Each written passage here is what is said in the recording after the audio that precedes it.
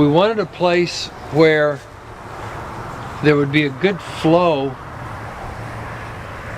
of work, so we didn't have to haul manure a long way, so we didn't have to move plants a long way and seedlings. And so what we finally settled on is we had existing gardens started out in this area here on the farm, and we felt like this would be the best place to start seedlings, nursery crops, and so forth, and then just transplant very easily from here. At first we were resistant to put it there. We wanted to be sure that the hoop house didn't block light for some of the other gardens, and we didn't want to take up too much garden space. But now that we've put it there, it looks right at home. The other thing we were looking for on the hoop house in terms of where to put it was they recommended a site that is as flat as possible, at the same time still having a little bit of drainage. So deciding where to put it and getting the package felt like half the battle. And then we were ready to actually start building. The tools were fairly simple: sledgehammer, screw guns, string to help with the measuring, and large measuring tapes. And the first thing to do was pick a corner. Say this is where this corner is definitely going to be, and everything else looks like it will fit in this area here. And then once you pick that corner, you laid out the foundation, and the foundation being there were these 3.5 foot steel poles that you pounded into the ground that acted as a foundation, as a setting point for the rafters that set inside them. So you pick the first corner, put a special tool in the top to keep from damaging it, and then hit that with a sledge. Drive that into the ground to where it's out of the ground maybe 8 or 9 inches. So that's the first corner. And then from there, use the same trigonometry that Egyptians and Greeks and we've all used for ages, basic 3, 4, 5 triangle. And we found 2 sides, and then we found the third point, and then we found all 4 corners. So we did the stakes in all 4 corners, and suddenly we had our shape. We knew where it was going to be, and we checked the diagonal measurements. After you do the 3, 4, 5 triangle, by the way, the 3, 4, 5 triangle, the sides 3 and 4 can be either of the 2 sides, and the 5 is always the hypotenuse. And the 3, 4, 5 triangle, you get more accurate when you make that larger. Those are the ratios. 3, 4, 5 triangle is the same as a 6, 8, 10, which is the same as a 12, 16, 20.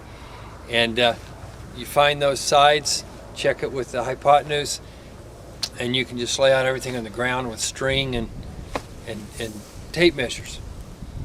So once you've got your 4 corners and you think, yep, this is probably it, you still have to do one more trigonometry check to see if it's square.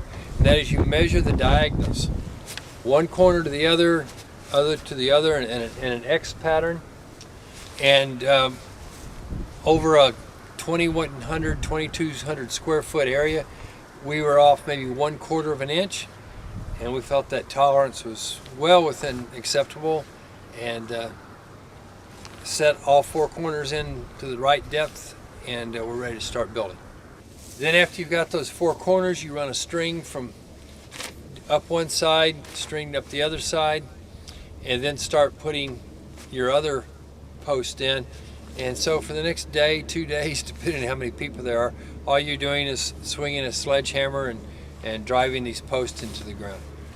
So we were talking about driving in a 3-foot tube into the ground. Well, this is what is still out of the ground of the 3-foot tube. This is the top of it. So this is about 28 inches into the ground.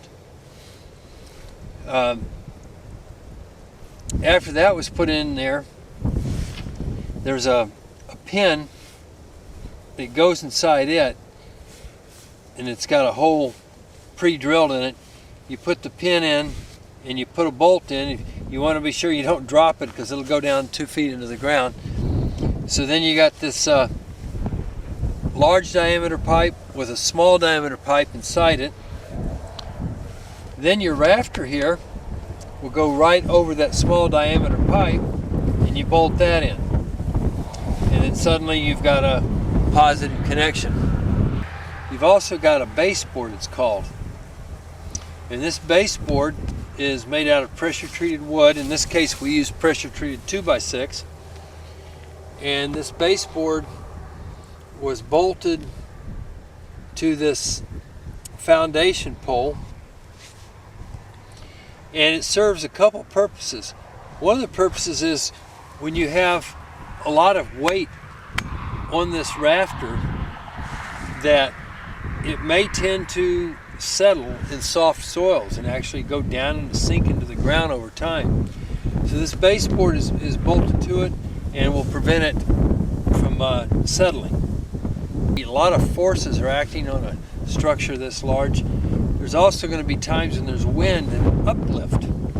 So you can see on these corners we have these uplift prevention devices, which is a 3-foot auger, piece of steel augered into the ground.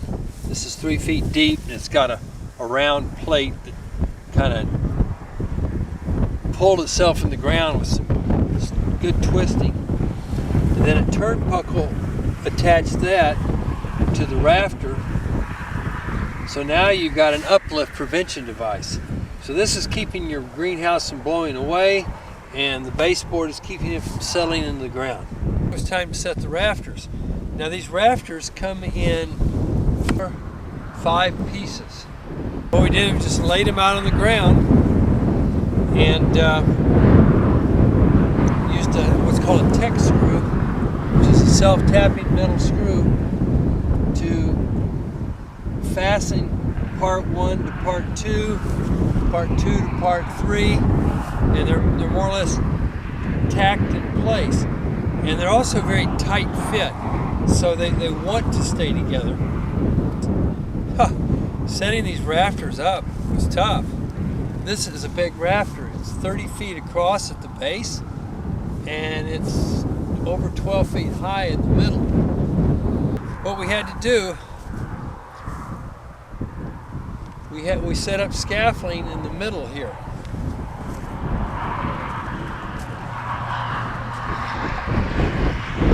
So we had scaffolding set up here, and someone was standing up on the scaffolding with a rope. The rope was going down to the ground and tied to the top of a rafter. So you had this big, this is probably 45 feet long rafter. You had it laying on the ground here. You had a rope to the top of it. You had a person standing at each end to guide it into the foundation holes, and the person on the scaffolding pulled up at the same time. The person on the ground lifted it up, and you raised the rafter to a vertical position. So it took 4 people working close together to raise each rafter. Now, one tricky thing, fortunately we had experience in house construction, and rafter setting, especially large trusses, can be very dangerous. You pre-assemble them on the ground, then you have to erect them. And it's the erection of the trusses that's actually a pretty dangerous part, and I think the instructions are pretty clear on that too. As you're bringing this truss up into the air, the person on the scaffolding is pulling it up. Well, there comes a point where it comes up in the air to where its center of gravity wants to go toward the person on the scaffolding, and it could knock them off the scaffolding and cause problems. So the person on the ground here that lifted it up also has a rope, and when that truss starts to stand up like that, you've got tension of the rope of the guy standing on the ground. Keep flipping, you got the guy up on the scaffolding pulling it up. And you got one person on either end on the ground putting it in the hole. Now once it's in the hole on either side, then they bolted the hole, and it was fairly stable then. It could still come over, but it's fairly stable. It's just barely hold. It's not braced yet. So what the instructions are very clear about doing is your very end rafter, the very first one you put up, we had to take long 2x4s and stakes, and we had to create a TP type frame holding the rafter up in the air. And that did two things. One, it was a safety thing to keep it from blowing over somehow.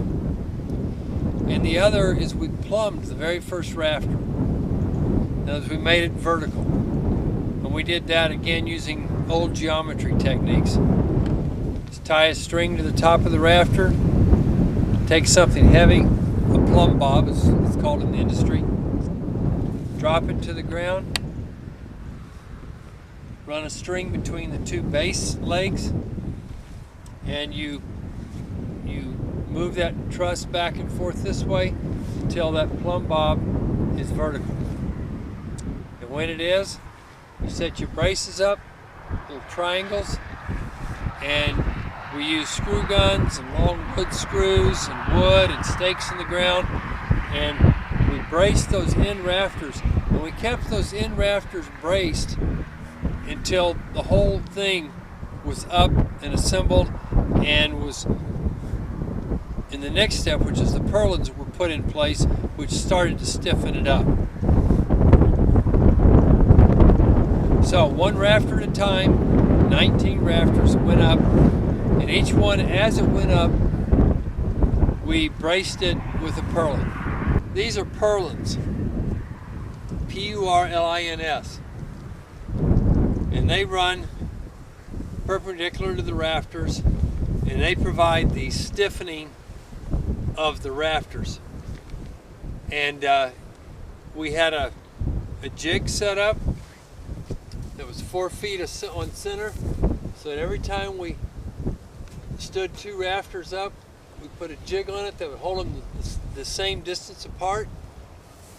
And then there's a stirrup that was bolted on, and then a Tech screw that screwed it in place as a safety, and then duct tape was put around it. Now, it was real important that during the fastening process, that none of the screws were put in from the top of the rafter, because you can't have anything metal that the fabric of the hoop house is going to rub against later and create a hole.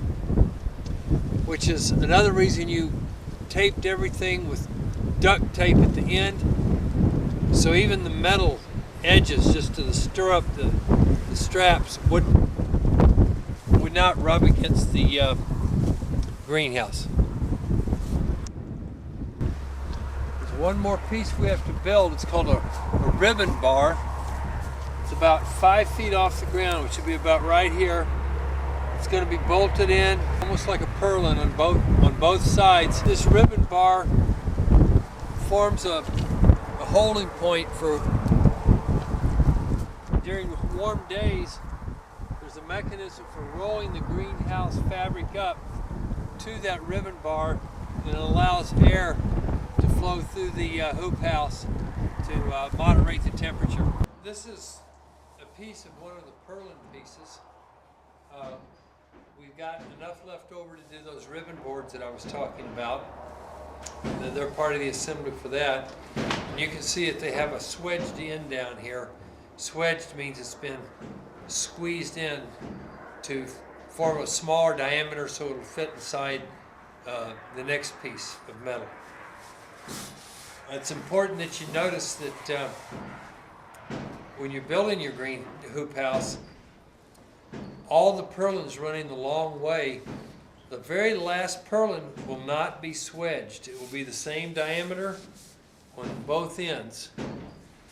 And that way you end up with a full-size piece that clamps into the stirrup and is held on the very last rafter. Very heavy duty fiberglass reinforced plastic. Lets light in. You can't see through it very well, but that's not the point. These end panels are held in place by it's a U-shaped clip, and so the fabric will be looped over a rafter, the clip will be snapped over it, and then a Tek screw drilled to hold it in place. The two end panels that we put on, they have a zipper fastening system for the center, and then the last thing to go in place is this huge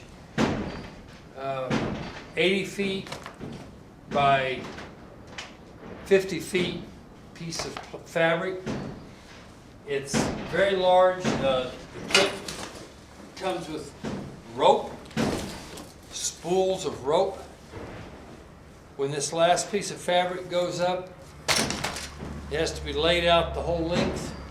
Rope is thrown over the top of it, tied to the fabric, and it takes people pulling on one side, and you pull it up over the hoop house, and then clamp it in place, fasten it at the baseboards, and you're starting to close off your structure. There's a lot of detailing from that point, and I can't even talk about because we haven't done it yet, but it's in the instructions.